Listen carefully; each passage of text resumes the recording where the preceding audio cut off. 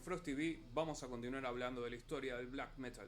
Hace un par de semanas comenzamos hablando del proto-black metal y su influencia sobre este. Bandas como Hellhammer, Celtic Frost, Bathory, Merciful Fate, entre otras. Sin embargo, habría un hito en la historia del metal extremo que marcaría la historia de este como la conocemos hasta el día de hoy. Y ese es el EP de Mayhem, Deathcrush.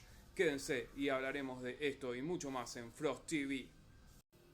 La idea de Deathcrush era que no sea un sonido friendly. Básicamente tenés un disco extremadamente cacofónico, noise, difícil de escuchar para la mayoría que no están al menos acostumbrados al metal extremo. Esto es lo que lo hace tan único. Es un disco que despertó el interés también de un montón de otros jóvenes músicos en aquella época, como Fenris o Nocturno Oculto de Darkthrone. Por ejemplo, la mayoría de estos chicos en aquel momento venían trabajando más bien un sonido orientado al death metal, ya estamos hablando de fines de los 80. Sin embargo, Mayhem no estaba conforme en lo que se estaba convirtiendo el death metal, con una conciencia ambiental, friendly y un sonido extremadamente pulido, traído generalmente, al menos en Norteamérica, de la mano de Scott Burns.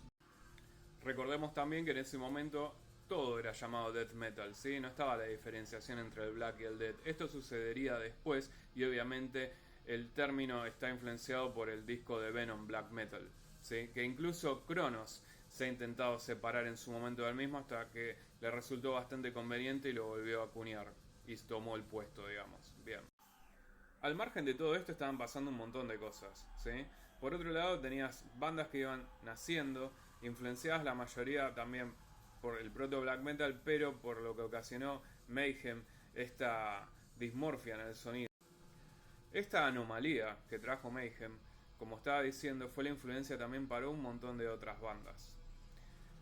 Como estaba diciendo, Darkthrone, al escuchar Deathcrush y después las cintas que contenían canciones o ir a ver recitales como el de Essene de Mayhem, termina generando una anomalía dentro del metal extremo. Hay un episodio muy importante que es el recital de Mayhem en Essene, en el cual acuden un montón de lo que serían luego futuras bandas de black metal, como Emperor, Satyricon, Darkthrone, entre otros. Darkthrone ya estaba, pero en ese momento, como ya dije, era un sonido más orientado al death metal sueco. La banda, ya para este momento, Mayhem contaba con el mítico cantante Dead, que ya saben muy bien toda su parafernaria y demás, que no era encima acting, sino que era propio del tipo, y ya por eso saben cómo termina. Bueno, el problema a partir de aquí es que Mayhem se encuentra en bancarrota. Incluso hacen una gira que sale muy mal en Alemania, donde ninguno tenía para comer y son alejados por unos punks, los cuales le dan vivienda y demás, pero no tenían nada. Estaban en bancarrota. La banda comienza a disolverse. Hellhammer tenía otro tipo de intereses. Era bastante común los pleitos entre Euronymous y Hellhammer.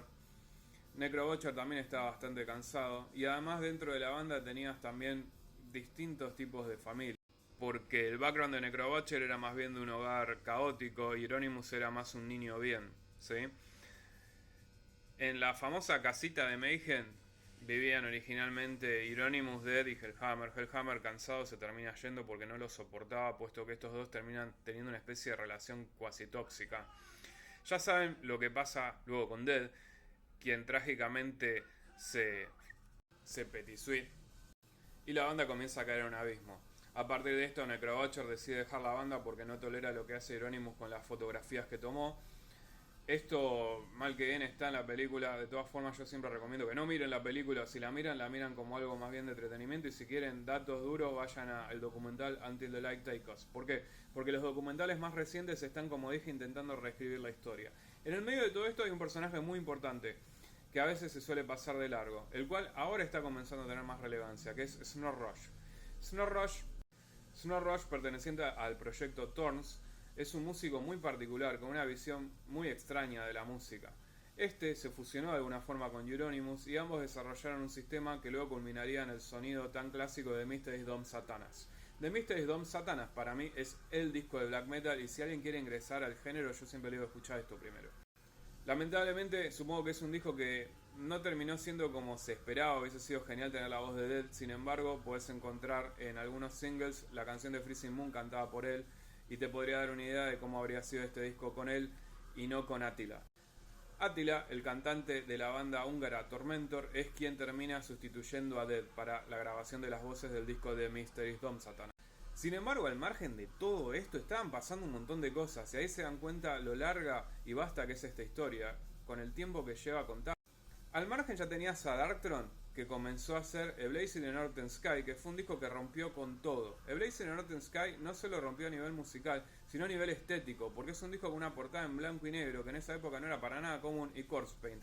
Entonces generaba una gran diferencia a la hora de compararlo con otras bandas de metal extremo, porque tenías bandas como Nocturnus con todas tapas coloretes y de repente te encontrabas con A Blaze in the Northern Sky, que a mí la primera vez que vi esa tapa en una disquería me voló volarse la cabeza. Bueno, un término medio polémico para mencionar en este contexto. Ahora, fíjense en esta breve cantidad de años la cantidad de discos que han producido estas bandas. Y además me limité solo a mencionar 3, porque hay un montón y otras que se estaban gestando, bandas como Emperor, Satyricon y demás.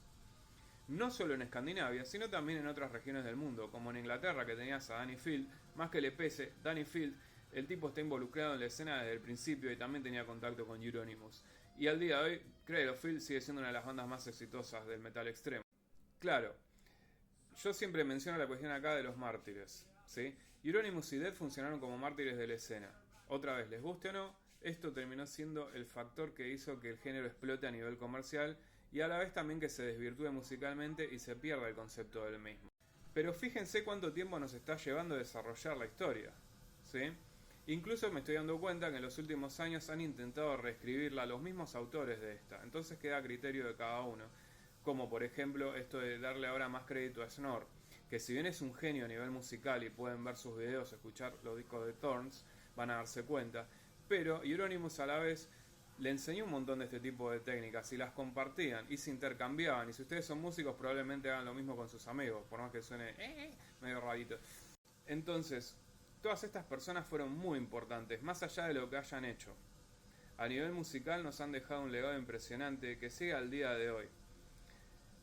Luego continuaremos hablando y adentrándonos también en la grabación y en la importancia de estos discos en la música y en el metal extremo. Por ahora nos quedamos acá. Stay Metal.